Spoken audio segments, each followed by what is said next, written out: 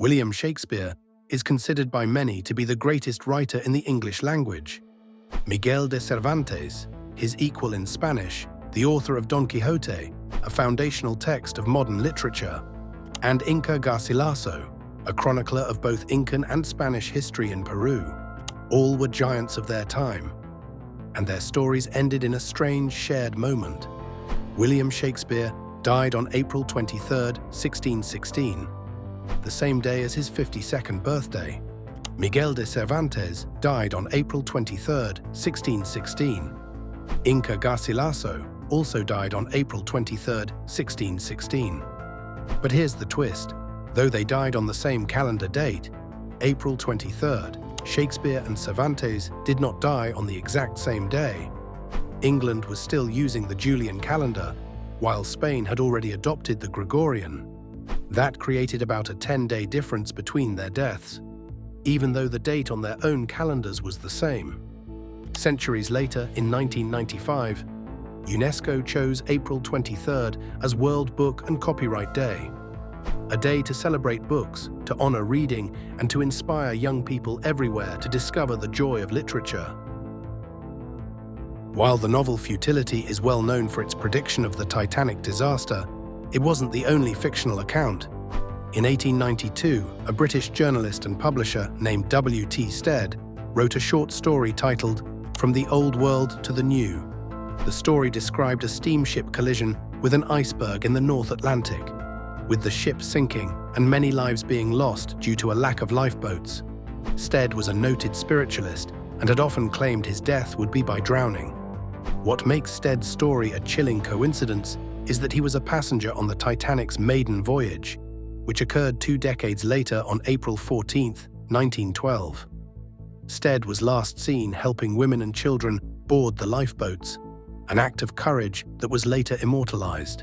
He died in the disaster, turning his uncanny fiction into his own grim reality.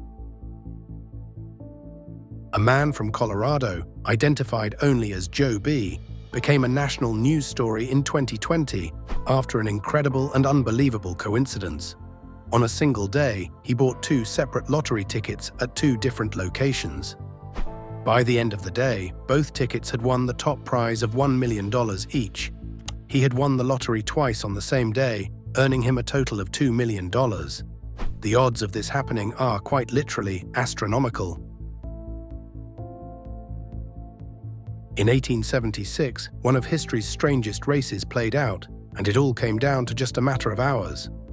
On February 14, 1876, 2 men working in different cities unknowingly rushed toward the very same goal: a patent for a device that could carry the human voice over wires. Alexander Graham Bell submitted a formal patent application. Elisha Gray filed a caveat, a notice of intent to patent his design. By sheer coincidence, both filings landed at the US Patent Office on the very same day. But Bell's paperwork was officially recorded first, just hours ahead of Gray's. On March 7, 1876, the patent was awarded to Bell, forever securing his name as the inventor of the telephone. For more than a century, historians have debated whether Gray might have been the true originator. But in the end, the outcome hinged on timing so precise that a different clerk's decision, or a delayed delivery, could have rewritten the history of communication itself. In 1837, 2 groups of inventors, separated by an entire ocean, created the same revolutionary device almost at the same time: the electric telegraph. In England, Sir William Fothergill Cooke and Charles Wheatstone patented a system that used 5 needles pointing to letters of the alphabet. It was simple to use, and the British Railways quickly adopted it to standardize signals and timetables. Meanwhile, in America, Samuel Morse was perfecting a very different design: a transmitter that sent coded electrical pulses through a wire. Those pulses became the dots and dashes of Morse code, a language that would dominate global communication for the next century. Though their designs worked in very different ways, both were unmistakably telegraphs, devices that used electricity to send messages across wires.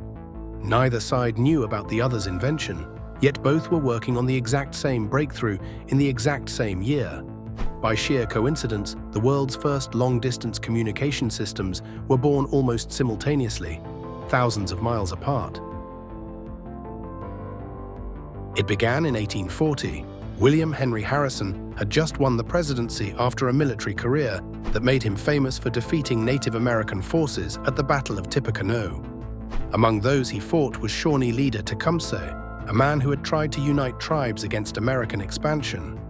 Tecumseh was killed in battle years earlier, but according to legend, his brother, Tenskwatawa, a Shawnee spiritual leader known as the Prophet, placed a curse on Harrison. The story goes that every president elected in a year, ending in 0, would die in office.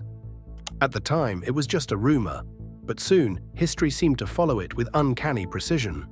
In 1841, only 1 month into his presidency, Harrison died of pneumonia after giving the longest inauguration speech in US history, outside in the freezing rain without a coat.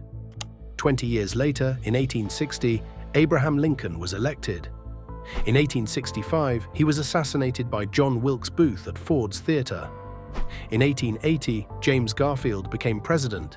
He was shot by Charles Guiteau, a man furious about being denied a political appointment. Garfield lingered for months, and poor medical treatment eventually led to his death. In 1900, William McKinley won re-election. A year later, he was assassinated by anarchist Leon Czolgosz at the Pan American Exposition in Buffalo, New York. In 1920, Warren G. Harding was elected. He died suddenly just 3 years later during a trip to San Francisco. The official cause was a heart attack, though rumors of poisoning and scandal surrounded his death. In 1940, Franklin D. Roosevelt secured an unprecedented third term. But in April of 1945, during his fourth term, he died of a cerebral hemorrhage. And in 1960, John F. Kennedy became president. 3 years later, he was assassinated in Dallas, Texas, a moment that remains one of the most shocking and disputed events in American history. For more than a century, the pattern was unbroken.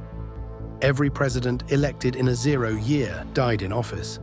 Then, in 1980, Ronald Reagan was elected. In 1981, an attempted assassination nearly continued the cycle, but Reagan survived. And in 2000, George W. Bush not only survived his presidency, but also narrowly avoided a bizarre accident when he choked on a pretzel and collapsed, briefly losing consciousness. The curse of Tecumseh, or the 0 year curse, seemed finally broken. But for 140 years, the coincidence was too exact to ignore. Was it just chance? Or did a prophecy spoken in the early 1800s cast a shadow over the presidency for generations? And those were just a few of the strangest coincidences ever recorded. Were they truly random? Or is there something deeper at play? Patterns we haven't figured out yet. Either way, they remind us how unpredictable, eerie, and sometimes even poetic reality can be. If you enjoyed this dive into the unexplained, there's plenty more waiting, because you never know. Your next click might lead to the next strange twist.